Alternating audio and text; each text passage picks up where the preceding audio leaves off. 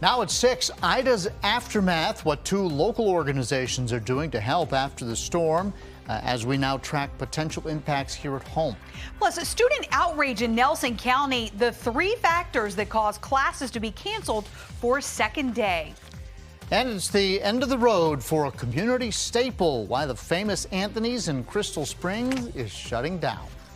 Good evening and thanks for joining us. I'm Lindsay Ward. And I'm John Carlin. Search and rescue efforts are underway tonight after Hurricane Ida pummels the coast of Louisiana. Now a tropical depression, it brought heavy rain, strong winds, and flash flooding across the state. Destruction is widespread, as you can see here, and more than 1 million people are without power. So far, 1 person is confirmed dead, but officials warn the death toll is expected to rise. We've got a live look for you right now from New Orleans, where the rain is still falling, and organizations across Virginia are beginning to head south to help those impacted by the storm. 10 News reporter Annie Schroeder joins us now live in the newsroom, and she shows us how one group is also preparing for the potential response right here at home. Annie? Well, John and Lindsay, the American Red Cross has sent hundreds of volunteers to locations impacted by Ida. They say it's the best way that they can help people who are in dire need right now. Now, they started sending volunteers to Louisiana last week. The organization has also helped respond to several other natural disasters this year, including flooding and wildfires out west. It's been a busy couple of months for organizations like God's Pit Crew, which has also responded to disasters all across the country. The nonprofit hopes to send 40 to 50 volunteers to Louisiana sometime next week. It also sent out tons of donations and supplies from its Danville location this morning. The Red Cross says the best way to help them continue to serve those impacted by the hurricane is to volunteer, donate money, or donate blood. Now, ahead of potentially severe weather coming into our area in the coming days, they do advise downloading the Red Cross's app. It can show you where shelters are if they decide to open them here in our area. Live in the newsroom tonight, Annie Schroeder, 10 News, working for you. All right, your local weather authority now is tracking where Ida is headed. Chief Meteorologist Jeff Hanowich is here to show us what this storm could bring to southwest Virginia. Jeff. A lot of rain, some wind, and maybe even an isolated tornado. What I want to do is show you what we're looking at here with Ida. Of course, Ida has turned much weaker now that it has been on land for the better part of the last 30 hours or so. Winds right now 35 miles per hour. Still a tropical storm moving north-northeast at 9. Notice the path. A path comes very close to being right over our neck of the woods here as we head into Wednesday. What this means is a good amount of rain is headed our way. Okay, we're looking at anywhere from roughly about a ½ inch to perhaps in excess of 4 inches of rain. What we're looking at here is the most amount of rain perhaps towards the highlands and also towards parts of the Blue Ridge, with lower totals as you head, say, towards south side locations. So again, I'd say anywhere from about a ½ inch to 4 inches of rain possible. That's a pretty wide number here, but I can tell you that we're looking at about maybe 2 to 4 inches of rain in areas, say, towards the highlands and also towards the Blue Ridge area, right along the spine of, say, the Parkway. And then you're looking at perhaps about a ½ inch to maybe 1.5 inches to 2 inches of rain as you head a little closer to south side locations. As far as the timing of all this, we're looking at outer showers and thunderstorms moving in as soon as tomorrow afternoon and lasting into Tuesday night. Heavy rain and possible flooding from just a little bit before daybreak on Wednesday through about dinner time on Wednesday. And then after 8 p.m. on Wednesday, the chance for showers and thunderstorms will gradually decrease. We are certainly seeing some heavy rain outside right now. All this tracking slowly to the east, maybe 10 to 15 miles per hour. First stop going to take us into an area that we've been showing you for the last about 30 to 45 minutes, and that is towards southern parts of Pittsylvania County. Worst of it right now north of Danville, right along perhaps Highway 360 near Dan River High School, heading up a little bit now closer to the Halifax County line. Then you head over towards areas just to the east of Lynchburg. You're looking at areas near Stonewall and Appomattox County, right along Angus Road, Columbus Road, Paradise Road, and Mount Athos Road, right along Highway 460, seeing a very nasty thunderstorm as well. So what are we tracking here? Hot and sticky conditions through Tuesday. Ida's remnants for us late tomorrow night into Wednesday, and then behind Ida, we're going to turn less humid as we head into Thursday and Friday with more sunshine and very comfortable air moving in as we head into the latter part of the work week. Lindsay. Thank you, Jeff. Make sure to download the 10 News Weather app to get the latest updates on storms. Yeah, it not only provides a look at the radar, but it also sends alerts straight to your phone. Nelson County Public School students are taking action after COVID and altercation and threats of violence over social media forced the school to close. This 55-second cell phone video obtained by 10 News starts with sophomore Tyler Harper on the ground Thursday with two members of the sheriff's office on top of him.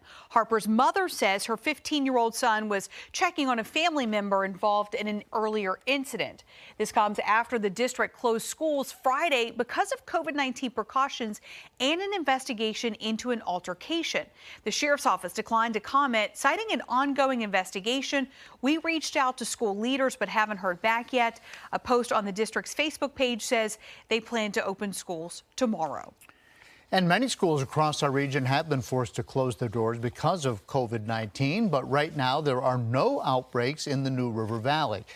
Outbreak being the key word there. There are some cases. The health director, Noelle Bissell, tells us there are just 47 cases among school-age children out of the 20,000 students. She says continuing in-person learning is the best decision right now because moving to virtual or hybrid learning brings in a new set of challenges, especially for underprivileged students. Happening right now, Roanokeers are giving their feedback on how city leaders should spend more than $64 million in American Rescue Plan money. This is a live look at the Star City Strong Recovery Advisory Panel. They're hosting a public hearing to get comments on their plan so far. The group has met every week through the last month. They've narrowed it down to focus areas including violence prevention, economic recovery, and safe housing, among others. The panel will make its recommendations to City Council in 3 weeks, and then Council will have the final say on how to spend the money. Well, after nearly 25 years of business, the famous Anthony's in Roanoke's Crystal Spring neighborhood is closing its doors for good. The restaurant shut down after serving lunch today.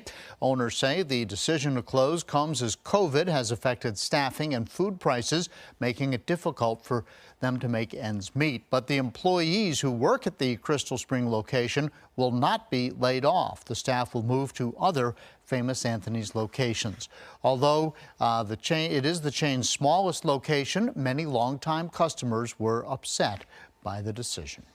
Lynn Street Market in Danville is also shutting down. Tomorrow, all the groceries along with the hot bar food will be 50% off before doors close for good. The owners announced that they sold the business on Facebook today. They also thanked everyone in the community for their support over the last 2 years. A day one game plan for the Republican vying for governor, the three biggest priorities Glenn Youngkin hopes to address in office. Plus, a new program in the Hill City aimed at preventing domestic violence, the well-known face that's working to make a difference. Our breaking news tonight, school bus changes in Botetourt County schools. Family whose children ride buses, and stay with me here, 17, 46, 49, 68, or 97 will need to provide alternate transportation tomorrow. These bus routes impact Colonial, Troutville, Reed Mountain, Lord Botetourt, Buchanan, Central Academy, and James River schools. We're told it is due to the ongoing bus driver shortage. Please stay with us on air and online for updates. The Republican vying to be Virginia's next governor announced a long list of priorities today. Glenn Youngkin laid out his day one game plan at an event in Fairfax. It includes tax cuts, education reform, and raises for police and correctional officers. Youngkin says he would like to hit the ground running if elected this November. Democratic opponent Terry McAuliffe released a statement in response saying Youngkin's plan would take away funding from public education and harm Virginia's economy. You're looking at a live picture from our Liberty University Skycam overlooking Lynchburg and at Liberty. And in Lynchburg, you're quiet, but look off into the distance. Look to the east into western Appomattox County. Have a pretty nasty thunderstorm going on. We'll let you know how long our weather is going to stay unsettled coming up.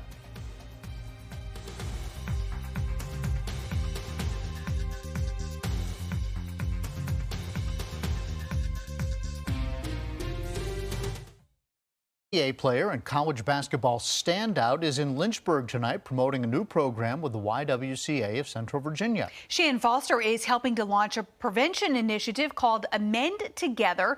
It's dedicated to ending violence against women and girls by engaging men and boys to be part of the solution. The Vanderbilt University basketball legend and 2018 Dallas Mavericks draft pick says it's an opportunity to prevent violence before it ever starts. Yeah, the program is currently in 8 cities. Leaders say they'll offer the program to children throughout Central Virginia as an extracurricular activity in schools. And we continue to see widely scattered showers and thunderstorms this afternoon. They're going to continue into at least part of the evening before things start to wrap up late this evening, but it's not going to happen at the snap of a finger. What you're seeing outside, these showers and thunderstorms to the north moving faster than the ones further down to the south. The ones to the north moving east at about 10 to 20 miles per hour. The ones south, maybe 5 to 10 miles per hour. Still some very heavy rain along the Pennsylvania-Halifax County line. We also have some very heavy rain and a strong thunderstorm extending from extreme southern parts of Wytheville down through Speedwell, down into northern parts of, say, Grayson County near Elk Creek. Areas, say, near Cripple Creek Road, areas perhaps around Spring Garden Road, Highway 69, Highway 21. Among the folks seeing some very nasty weather, could even be a little bit of small hail just to the south of Wytheville. And anytime you see that pink, that's an indicator not only very heavy rain, but also perhaps a little bit of a hail core. Future tracker showing that we're going to wind things down by around midnight, and then we're going to have some patchy fog develop. Tuesday is going to be a day where we start out with a mix of sun and clouds, but as we head into the afternoon, we're going to start to see a little more thunder shower development. I do think that this computer model is underplaying the chance for rain come tomorrow afternoon. I think we're going to have, again, at least some isolated activity developing by tomorrow afternoon. And then as we head into tomorrow night, the rain is going to arrive in full force. Best chance initially will be towards the mountains. Then as we head into Wednesday, the rain that is west is eventually going to head to the east. Wednesday is going to be the rainiest day for us, as by lunchtime, the heaviest rain will likely be extending along the 220 corridor from the highlands south towards parts of South Side, including the Roanoke Valley. Lynchburg South Side, your rain is going to pick up soon after lunchtime on Wednesday. And then I'm cautiously optimistic that as we head into Wednesday evening, these showers and thunderstorms will really start to wrap up. We do have a flash flood watch in effect from Tuesday afternoon through Wednesday evening for areas basically along and to the west of the Parkway. Any county in green, that's where we have this flash flood watch in effect. And you need to know we're not alone. These flash flood watches extend from southern New England all the way towards the Florida Panhandle. And yes, it is indeed because of the remnants of Ida heading in our direction. So what we're looking at here is anywhere from about 1 to 4 inches of rain likely. We may have to keep an eye on those creeks, streams, and maybe even the rivers as we head into the latter part of the work week. The severe weather threat is indeed there. It's not high, but the tornado threat is indeed not zero for us here beginning tomorrow afternoon and lasting into Wednesday. So anytime you deal with these tropical systems, inherently they have spin, and that could spawn a stray tornado or two. We're also tracking the humidity. Just know that once we get rid of Ida and its tropical moisture, drier air is going to work in on the backside.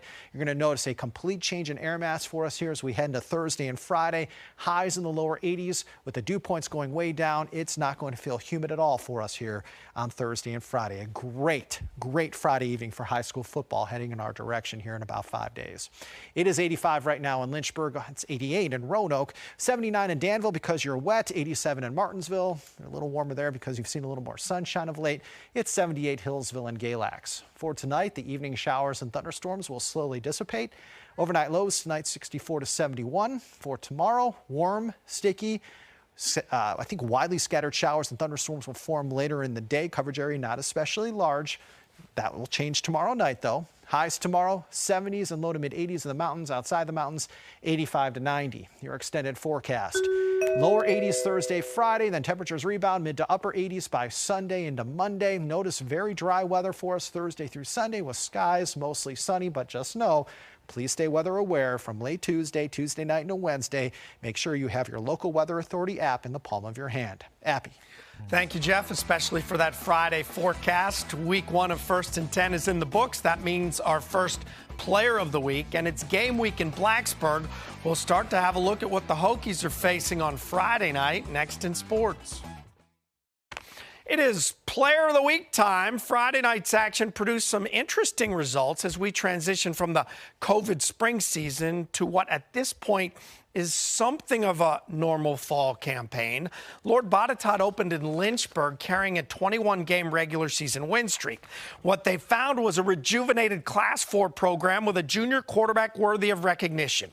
EC Glass quarterback George White was 12 of 19 for 296 yards and 6 touchdown passes in the contest. The Hilltoppers raced out to a huge lead, then held on against last season's Class 3 state runner-up Cavaliers by a 41-30 count. White's TD passes 8, 14, 16, 33, 60, and 61 yards. So for his efforts, George White is your WSLS First and 10 Player of the Week. Our Week 1 10-strong poll is out. Apo is still waiting to play. They'll open with Rustburg, Seminole District, 3 big wins. Heritage, LCA, and Brookville all moving up. Second 5, Pulaski and Glass with big wins. G-Dub opening with Amherst on Friday night. News and notes for you. JF at Stanton River has been postponed. They've got a quarantine situation. Saints in Dallas practicing as they're waiting for power to return, obviously, to Louisiana after Ida. And quarterback Carson Wentz among those who are in COVID protocol. Back to you guys. All right. Thank you, Happy. NBC Nightly News coming up next. And we'll see you back here at 7.